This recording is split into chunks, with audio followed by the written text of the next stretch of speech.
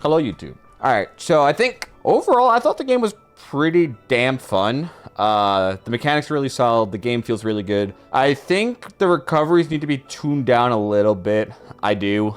My biggest complaint with that is wall teching is so absurdly easy, and the amount of times you can just rinse and repeat wall techs until you get something. There's counterplay for sure against some of the casts, but I think it's too much. It kind of felt like Ultimate Syndrome, where you just can't kill someone off stage in a lot of instances unless it's a true combo or you're like one of the 2 or 3 characters that can edgeguard, which kind of sucks. But I also understand they're trying to be unique, so I understand. But I would like to see at least something done about that, where even if people can still live, it's not so egregious how easy it is to... I think the recovery should take more skill, I think is what I'm saying. I think the recovery is so easy to be good at, and that's a problem. I think having a good recovery is something that should take a lot of skill and not something that you could kind of just spam to get back. But to each their own. If that's the design of the game, then that's the design of the game. I definitely raged a lot on ranked, but I think the characters pissed me off more than the game itself. Some of that I think is because some characters just don't die, even playing a Zetter. Like, Orcane would live to 150 on a fire charged F smash on like medium-sized stages, which I think is, or fire charge F throw, which I thought was absolutely insane. Some of the mechanics are a little silly, but I think some of that will be fixed when I actually learn how to parry. So I can't say for sure on that, but overall, I think the game is pretty well balanced. At the very least, all the characters seem to be pretty good. Like, there's probably going to be tiers, but the tiers are so much closer than they are in most other games that, as of right now, I don't think it matters too much. So we'll see. This is the most promising platform fighter that's not Smash Bros. I agree. I think this is by far the most promising platform fighter that's not a Smash Bros. That I've played so far. By far the one that has the most staying power, in my opinion. Having said that, this is a tier. The problem is I didn't play against a lot of these characters, so I'm going off what I've seen and how I felt more so than anything else. Keep my eye, like some of these characters, I didn't think I played a single good Raster the entire time that I was playing ranked. Not one. I didn't play a single good Raster, which is insane to think about. Didn't play many good Maples, although I do think Maple's like arguably best. I think she's insane. I played too many Orcanes. Keep all my opinions with a grain of salt, because a lot of these I haven't played, and I'm not going to order them in tiers because I really don't know enough to order them in tiers. I can try for you. For now, I'm not going to order them in tiers. So I'm going to get this guy out of the way. I do think he's probably in contention for best, but I just haven't seen him played against me. I only played Zane's Raster, and Zane's Raster hadn't played since the patch and didn't know what he was doing at the time, so I haven't played a single good Raster. He looks insane. He looks insane in every capacity. I'm assuming there's no way he's not one of the best characters in the game, but I just haven't played against it, so maybe I'm completely wrong. This character is just kind of fucked. Maple pisses me off in a lot of ways. The tether is ridiculous. It's one of the only characters that pretty much has a guaranteed edge guard if you hit the seed. And yes, you can just not get hit by the seed. The problem is the seed is so low commitment, so there's no real disincentive to spamming it a lot and forcing someone to play around it. And then, yeah, you can try to avoid it, but then that becomes a mix-up. You're calling it out. You have to jump around it, and you can get called off for it. And her non-seed punish game is also insane. Really good edge guarding.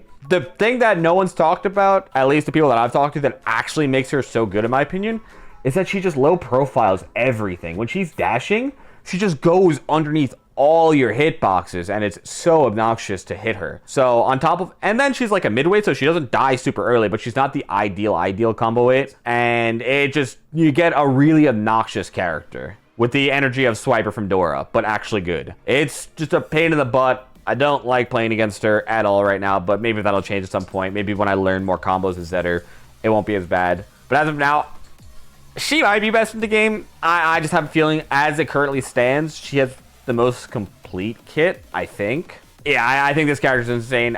If I had an early pick for best, I actually might say it's Maple. But again, keep in mind, I haven't played against a lot of the characters very much. I don't actually know very, very much. And this is also where I think this game would develop. Keep in mind, this tier list is where I think the game would develop to, more so than where I think the game is right now. More so than where the game is right now. I think this is where the game would develop to, which is also why I'm pretty clearly putting Zetter in S tier. Most likely, kind of similar to Falco, has the best combo potential in the game.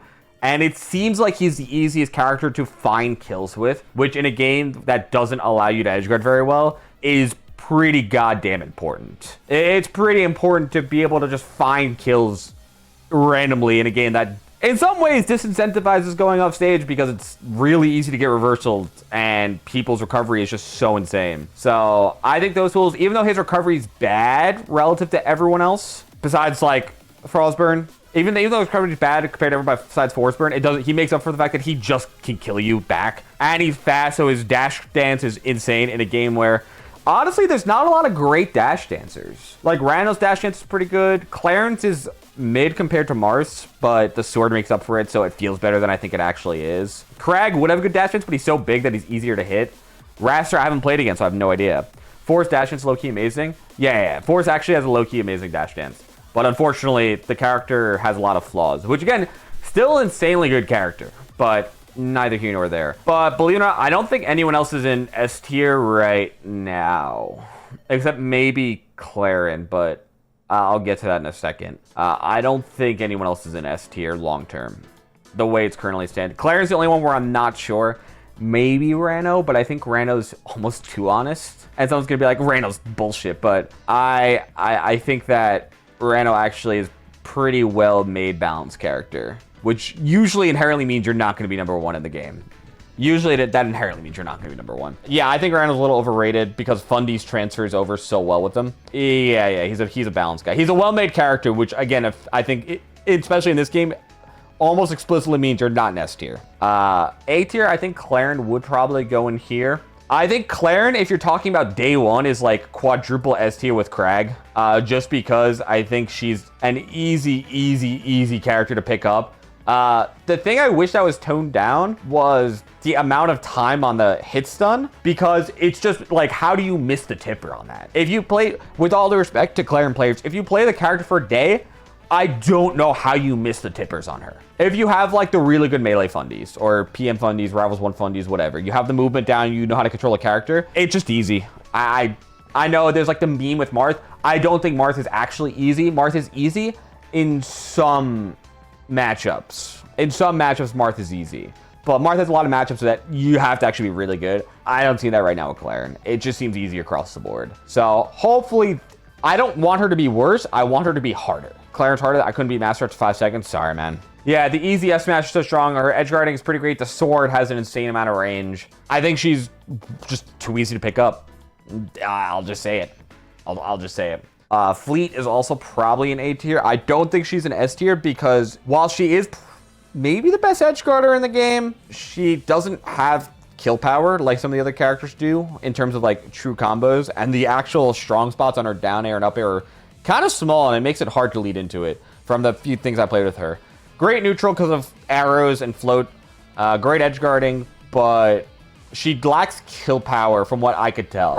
Now, I could see that, Yuki, enough, girl, please. I could see that changing as we get better at the game, but as of right now, I think she lacks kill power, and I don't see how that's gonna get consolidated at any point in time. I think the goal when you play against Fleet is to smother her, because if you rush her down, so like, someone said that Zetterburn is hard against Fleet because she gets edge guarded. I kind of disagree. I thought Zetter could just rush her down, and when you rush her down, she has a really hard time doing anything, in my opinion. So I don't think, I think that she needs distance, and if you can rush her down, which there are a lot of fast characters, like Maple's fast, I think Raster's fast, but Raster has so much aerial mobility that it's like easier for him to get in. Zetterburn's just fast as shit. Obviously, Claren can just say fuck your projectiles entirely and puts down a force field where half the stage no longer can use an arrow. I will be real, I really hate that mechanic.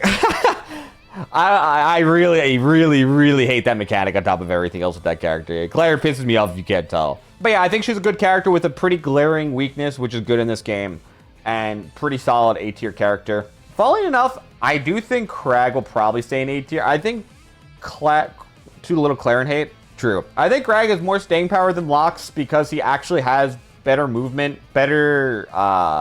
he has a projectile, and the recovery is not as linear. So I think that while he won't ever be best in the game, E for a heavy is like pretty well designed to have staying power without having super armor or some stupidity like that. I could see him being also top of B tier long term. Thoughts on his fair? Not very fair. I could see him being towards the low end of A tier, high end of B tier as it gets even further along. But as of right now, I think he could stay in A tier. I think he's a pretty well conditioned character for a heavy. I'd also put Rano in A tier long term because I think just a well-rounded character. And I think as people get better at the game, Rano does have some edge guarding tools that will probably be helpful. I just think if you have good fundies, the character's pretty good. And there's not much else besides that. I think he's just probably best designed, balanced character.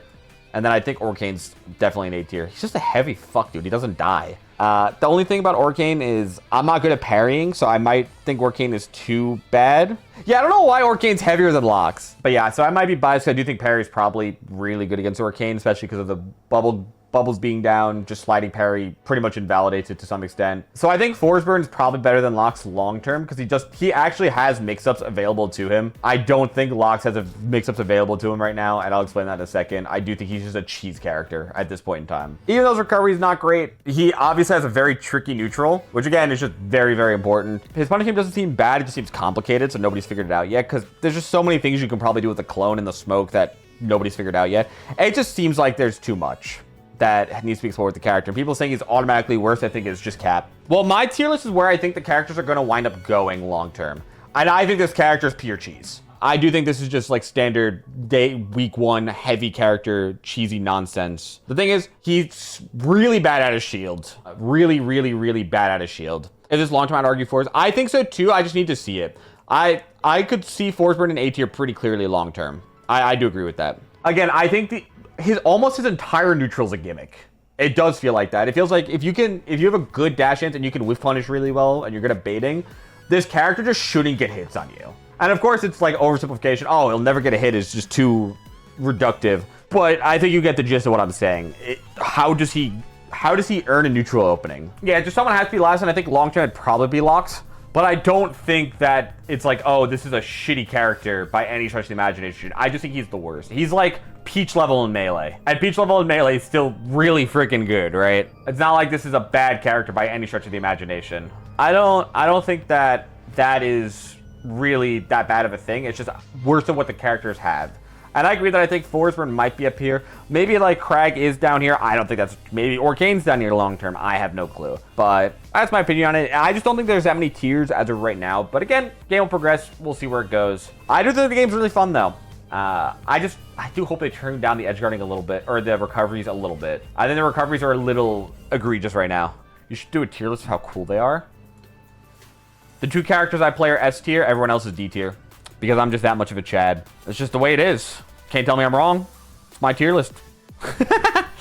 Now, if we're doing this list based on how easy I think the characters are to pick up, Claren's like up here by herself, followed by Crag, who's like down here. And I think those are by far in like the heavies. No, I think Claren is the easiest character in the game to learn for how good she is. I think she's so absurdly easy. No, I think Rano's like Sheik in Melee, where it's like you can pick it up, but it's actually hard to play it. Have you played Claren? Yeah, she's brained it. I don't think she's hard, like at all. The tippers are so big and there's so much end lag. You have so much time to set it up. Rank or high tier being triple attack or combos are automatic.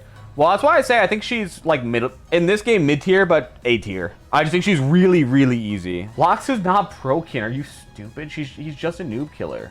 That's really that bad. No, this is for how hard it is to pick up. Sorry, this is not the tier list. That's the tier list. Kind of ordered, but not really. I hope she gets maybe more difficult. I really do. I don't like how easy she is.